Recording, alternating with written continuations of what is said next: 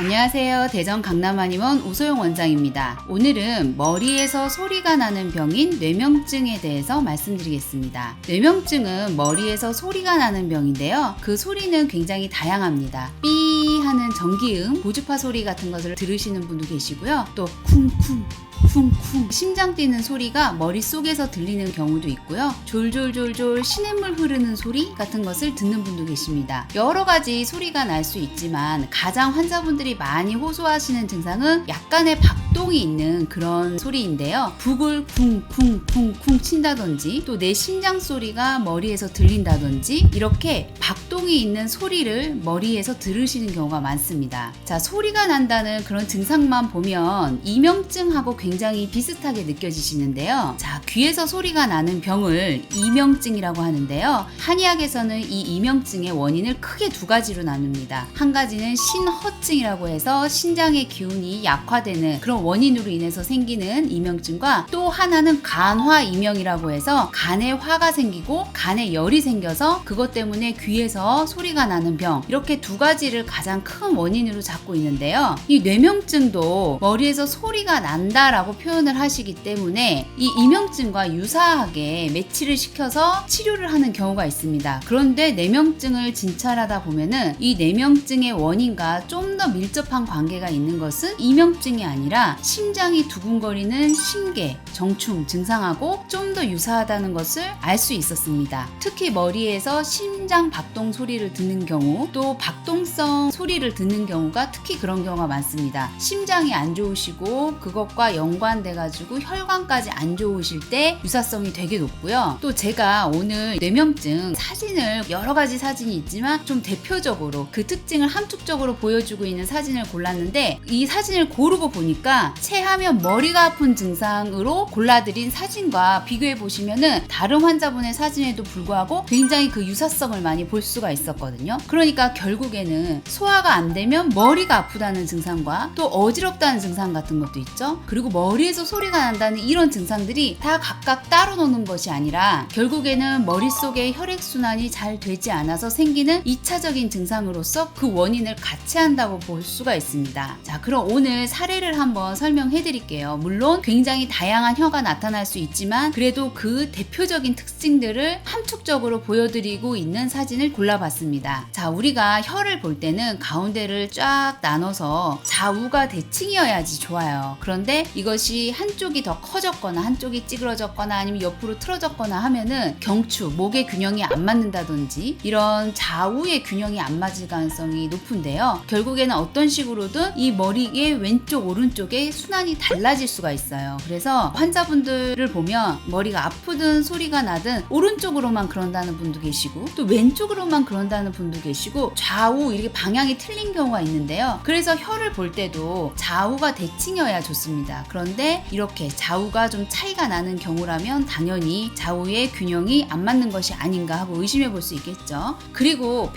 백태가 많다는 것은 기혈증을 의미하기도 하고 뭐 소화기계가 안 좋다는 걸 의미하기도 하고 또 순환이 잘 안 된다는 걸 의미를 하는데요. 특히 이 중에서도 11자형으로 황태, 노란색 황태가 이렇게 내려오는 경우에는 특히 더 순환이 많이 방해받는다고 보고 있습니다. 그리고 이렇게 세 부분으로 나눴을 경우에 앞부분, 여기에 해당하는 부위가 심장에 해당하는 부위거든요. 결국 심장과 혈관은 다른 기관이지만 같은 순환기계를 이루고 있잖아요. 그래서 심장과 혈관이 굉장히 밀접한 관계를 주고받는다고 볼 수 있는데, 이렇게 심장 영역에 갈라짐이 있으시거나 또 심장 영역에 움푹 들어간 꺼짐이 있으신 경우, 그러면서 가슴 두근거림이 있는 경우, 불면증이 있는 경우, 그리고 어지럼증이나 두통이 있으셨던 분들에게 이 뇌명증이 굉장히 잘 생깁니다. 그래서 한약을 처방해드리면서 치료를 하다 보면은 이명증하고 비슷한 약을 처방하는 경우보다는 이 심장과 혈관과 순환에 관련된 그런 약들을 처방했을 때 효과를 더 많이 보시는 경우가 많았고요. 특히 혈압약 드시는 분들, 고지혈증 있으신 분들, 동맥경화 있으신 분들, 불면증 또 있으신 분들, 이런 경우에는